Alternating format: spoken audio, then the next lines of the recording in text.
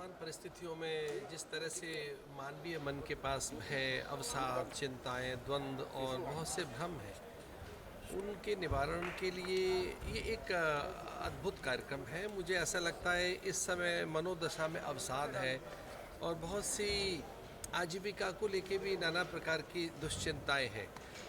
Corona के इस काल में भी अगर हम देखें तो मनोदशा में एक बड़ी अस्थिरता रही है। स्वर्ण स्वर भारत का ये आयोजन और ये जो कुछ भी एक जो देखने को मुझे मिला है, मैं इसे सारस्वत अनुष्ठान कहूँगा।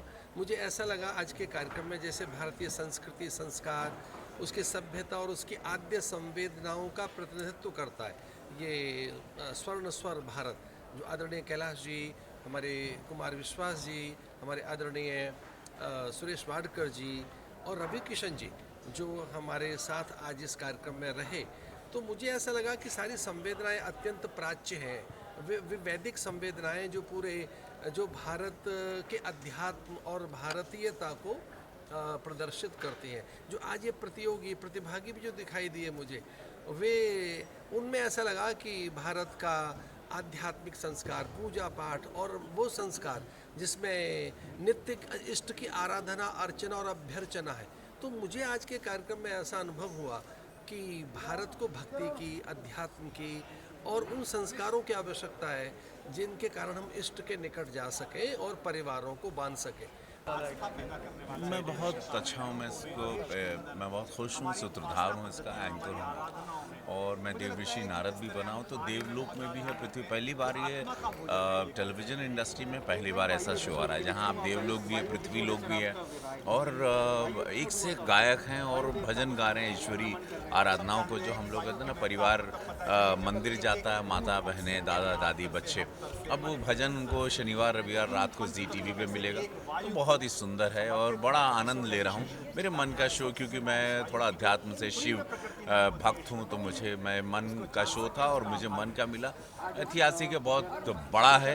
वो ZTV इस पर बहुत बड़ा प्रोडक्शन भी कर रही है, graphics to everything, post production सब कुछ भव्य है। तो अच्छा हुआ इतने भव्य शो के साथ जुड़ के, ये मेरा सौभाग्य है। क्या करें, एक शो बने जिससे आध्यात्मिक, धार्मिक, राष्ट्रीय, है ना, आज़ादी के आंदोलन के गीत गाए जाएं, बीच में कुछ कथाएं सुनाई जाएं, कुछ वैज्ञानिकता सम्मिलित की जाए। इतनी सुंदर कंसेप्ट थी कि मैंने कहा कि मैं ज़रूर इसमें किसी भी भूमिका में आऊँगा और आज मैं उसमें विश्वलोक के प्रतिनिधि के रूप में उन बच्चों के साथ बैठता हूँ। जी, हम बहुत ज़्यादा उत्तेजित हैं, उद्वेलित हैं, तरंगित हैं, उमंगित हैं और इसलिए हैं कि भारत में तो नहीं परंतु विश्व में भी कभी ऐसा शो बना नहीं। देखिए, आध्यात्म और संगीत एक साथ आए। जब हम शुरू हो रहे थे अपने जीवन में संगीत में, तो हम क्योंकि आश्रम में पले बड़े हैं, गुरुकुल से ही आए थे। मैं गंगा किनारे आरती से पहले गाता था, कुछ अलग स्वच्छंद चीज़ें गाता था। तो सब पूछते थे मुझसे, क्या गाते हो, कैसा गाते हो, तो मुझे पता भी नहीं होता था। क्यों? क्योंकि हमने विधिवत सीखा भी नहीं था। लेकिन जब इन इतने बड़े बड़े लोगों का गाना सुनते थे, तब लगता था ये कैसी इंडस्ट्री होगी, ये कैसा भव्य दुनिया होगा, संसार। और जब आकर यहाँ देखा और इनकी सरलता देखी इन बड़ों की, तो मैं एक निवेदन ये करना चाहता था ईश्वर से कि जब हमारी गायकी, हमारी सोच, हमारा व्यक्तित्व यहाँ सारी दुनिया को भा गया, तब हमने ये मन में संकल्प लिया था कि हे मेरे ईश्वर, कभी अगर हमको, क्योंकि हम तो आध्यात्म से संगीत में आए हैं, संगीत से आध्यात्म की ओर गए नहीं, तो तब हमने ये परिकल्पना की थी कि हे मेरे ईश्वर, एक दिन अगर ऐसा हो कि जब हम पूरे भारत को फिल्मी दुनिया की तरफ से, संगीत की दुनिया की तरफ से और पूरा प्रतिनिधित्व निभाएं कि हाँ, भारत का सिनेमा जगत भी, भारत का संगीत जगत भी भारत को जगाने का कार्य कर सकता है। सिर्फ मनोरंजन ही नहीं, थोड़ा आत्म मंथन, प्रभु सुमिरन भी दे सकता है। तो आज़ादी के अमृत महोत्सव पर जब आदरणीय प्रधानमंत्री जी ने ये उद्घोष किया था कि जो भी भारतवासी, भारत के कलाकार, भारत के साधक अलग अलग क्षेत्रों से भी हैं, वो अपने अपने क्षेत्र से ये उत्सव का भागीदार बने, तब हमने ये परिकल्पना की और आज ये संकल्पना मूर्त रूप ले रही है स्वर्ण स्वर भारत के रूप में।